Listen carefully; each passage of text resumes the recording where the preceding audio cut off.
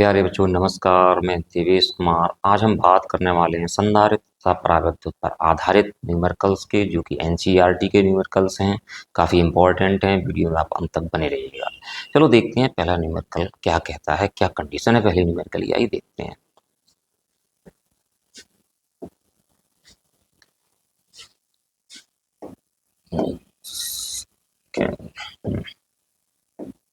पहले न्यूमेरिकल में कहता है एक समांतर प्लेट संधारित्र जिसकी प्लेटों के बीच में वायु है। कहने का आशय वायु संधारित्र है की धारिता 8 पिकोफैराड है। यदि प्लेटों के बीच की दूरी को आधा कर दिया जाए और बीच के स्थान में 6 परावैद्युतांक का एक पदार्थ रख दिया जाए तो संधारित्र की धारिता क्या होगी। तो सबसे पहले हम देखते हैं संधारित्र की धारिता उसने दे रखी है C इज इक्वल टू हमारे पास है 8 पिकोफैराड। हम पिकोफैराड को क्या करेंगे, फैराड में कन्वर्ट करेंगे। पिकोफैराड को फैराड में कन्वर्ट करने के लिए हम क्या करेंगे, 10⁻⁻12 का मल्टीप्लाई कर देंगे। तो आप देखिएगा तो C इज इक्वल टू हमारे पास कितना हो गया, C इज इक्वल टू हो गया 8 इंटू 10⁻⁻12 फैराड माना।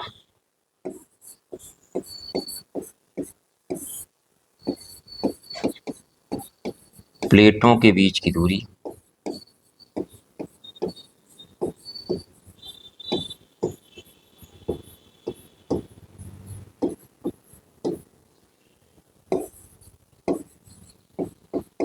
तब समांतर प्लेट संधारित्र की धारिता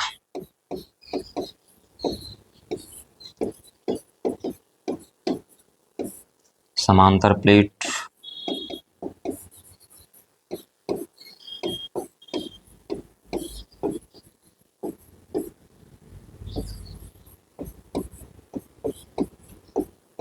C इज इक्वल टू हमारे पास होता है एप्सिलॉन 0 A/d। लेकिन C की वैल्यू हमारे पास कितनी है, 8 इंटू 10⁻⁻12 फैराड। तो आप देखिएगा यहाँ से तो ये हमारे पास हो जाएगा 8 into 10⁻12 is equal to epsilon 0 A/d। Equation number first. उसने सेकंड कंडीशन में कहा है कि यदि प्लेटों के बीच में एक परावैद्युत पदार्थ रख दिया जाता है जिसका परावैद्युतांक 6 है और प्लेटों के बीच की दूरी आधी कर दी जाती है। नाउ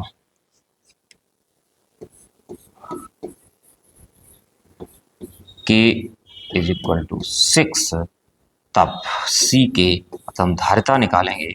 C के मतलब परावैद्युत माध्यम में धारिता। C के इज इक्वल टू क्या होता है, K epsilon 0 A upon D के स्थान में कितना हो जाएगा, D/2, क्योंकि उसने क्या कहा है, प्लेटों के बीच की दूरी को क्या कर दिया जाए, आधा कर दिया जाए। पहले हमारे पास दूरी कितनी थी, D थी, अब कितनी कर दी हमने, D/2 कर दी। तो हमारे पास क्या हो जाएगा, D/2।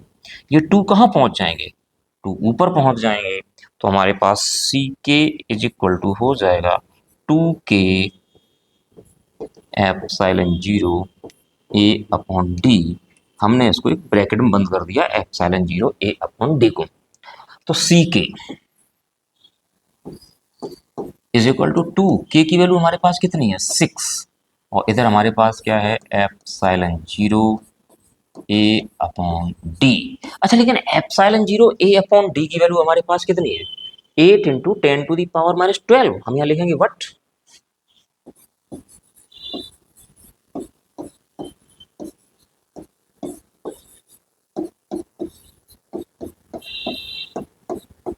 ये वैल्यू उठा के यहाँ रख दी जाएगी।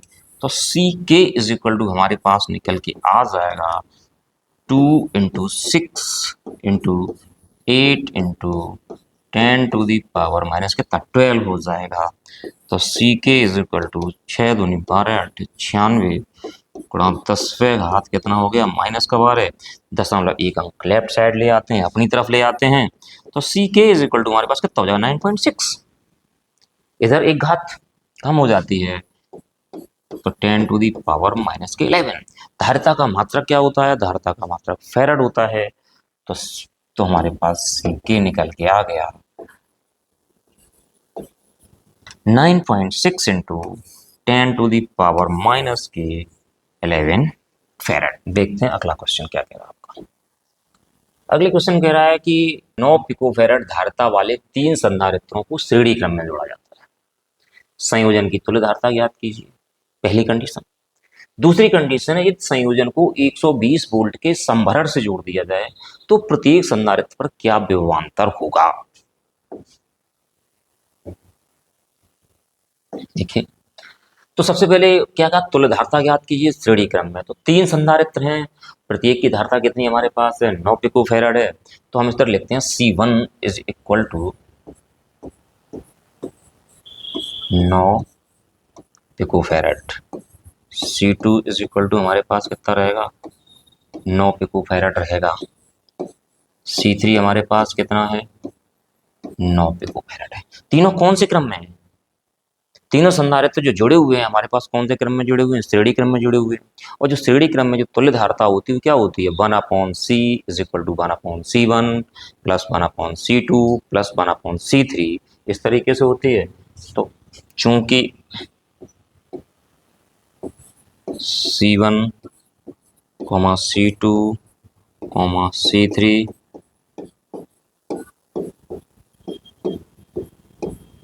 श्रेणी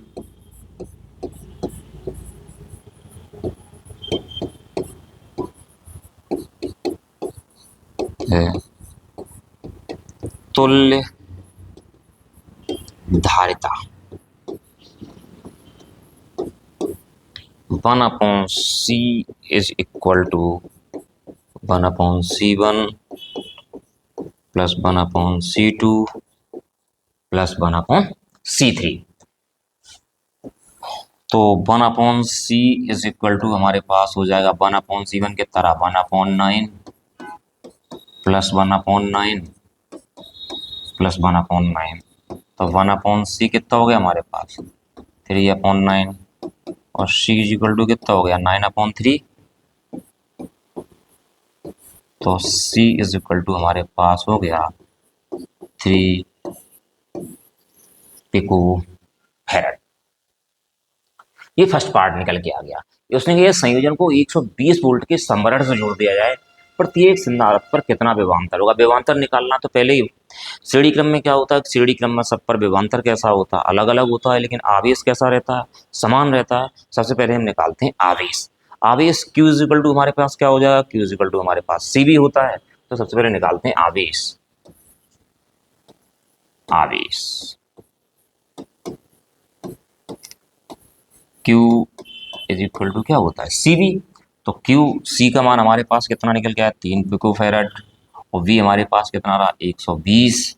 तो Q इज इक्वल टू 120 गुणा 3 360 पिको कूलाम आ जाएगा। 360 कितना हो गया हमारे पास, पिको कूलाम हो गया। अब उसने कहा कि प्रत्येक पर हमें क्या ज्ञात करना है, प्रत्येक पर विभवांतर ज्ञात करना है और प्रत्येक संधारित्र की धारिता कैसी है, समान है। तो प्रत्येक संधारित्र पर विभवांतर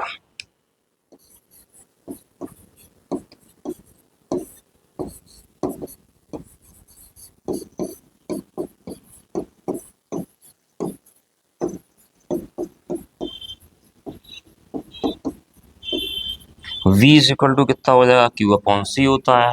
यहाँ C1 C2 C3 सबकी वैल्यू कैसी है, समान है। चाहे हम C1 लगा दें, चाहे C2 लगा दें, चाहे C3 लगा दें, तो V इज इक्वल टू हमारे पास क्या रहेगा Q/C1 रहेगा।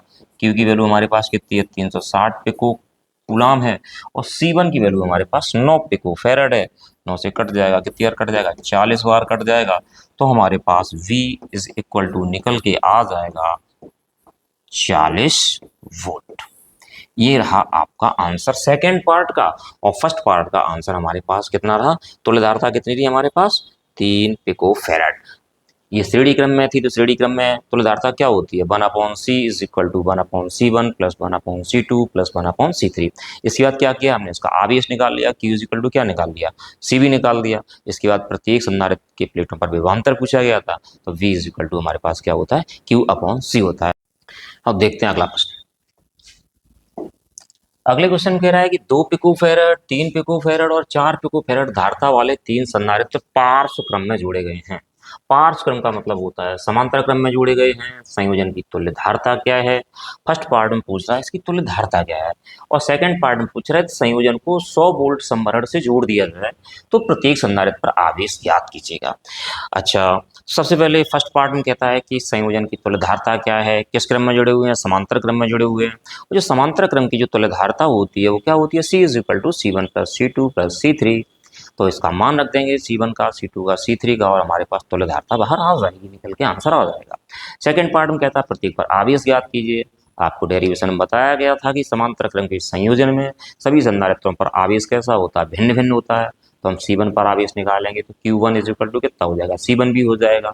Q2 इज इक्वल टू कितना हो जाएगा? C2 भी हो जाएगा। Q3 इज इक्वल टू कितना हो जाएगा? C3 भी हो जाएगा। इस प्रकार हमारा आंसर आ जाएगा। चलो देखते हैं फर्स्ट पार्ट पहले। C1 हमारे पास 2 पिकोफैरेड,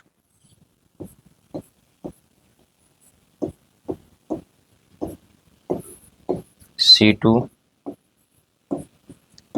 3 पिकोफैरेड, C3 4 पिकोफैरेड। चूंकि C1 C2 C3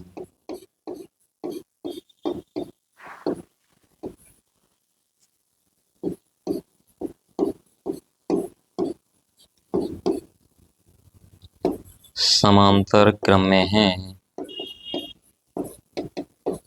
अतः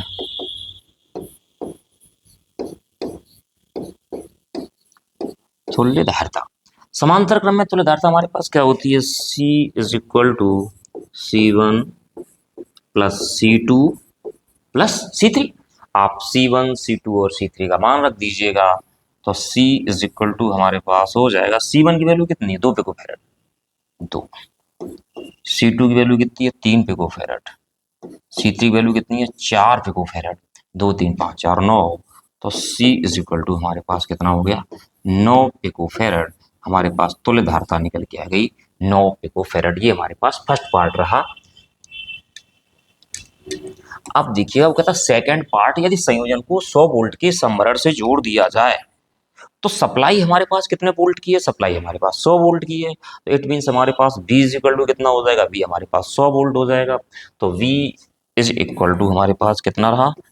100 वोल्ट से जोड़ दिया जाए तो प्रत्येक संधारित्र पर आवेश ज्ञात कीजिए। तो धारिता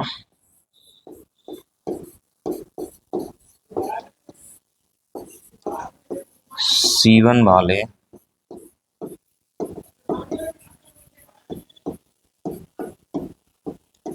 संधारित्र पर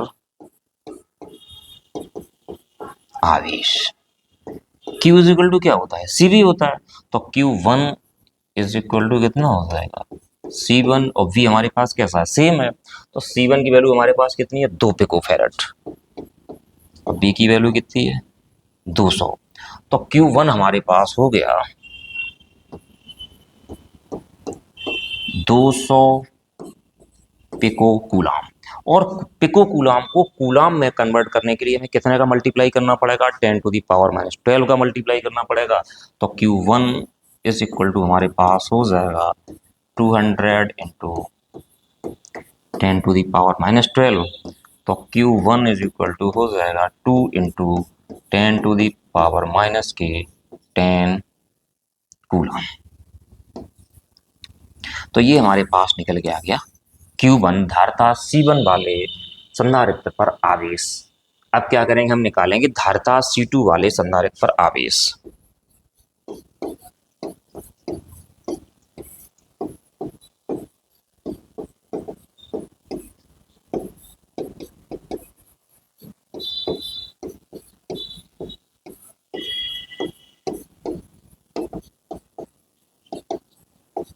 Q2 इज इक्वल टू कितना हो जाएगा हमारे पास? C2 भी, देखिएगा आप आगे। तो Q2 C2 कितना था हमारे पास? C2 आपको देखना पड़ेगा। C2 हमारे पास है 3 पिकोफैरेड, और V हमारे पास कितना है? V हमारे पास 100 वोल्ट है। तो हमारे पास कितना हो गया? 3 गुणा 100 मतलब 300 पिको कूलाम। हम क्या करेंगे, पिको कूलाम को कूलाम में कन्वर्ट करेंगे। कितने का मल्टीप्लाई करना होगा, 10⁻⁻12 का मल्टीप्लाई करना होगा। तो आप देखिएगा हमारे पास हो जाएगा 300 into 10⁻⁻12। Q2 is equal to 3 into 10⁻⁻10 coulomb. ये हमारे पास Q2 निकल के आ गया। अब बचा हमारे पास तीसरा धारिता।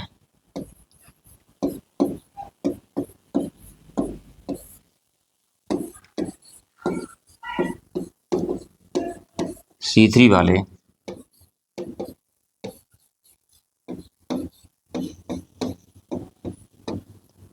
संधारित्र पर आवेश।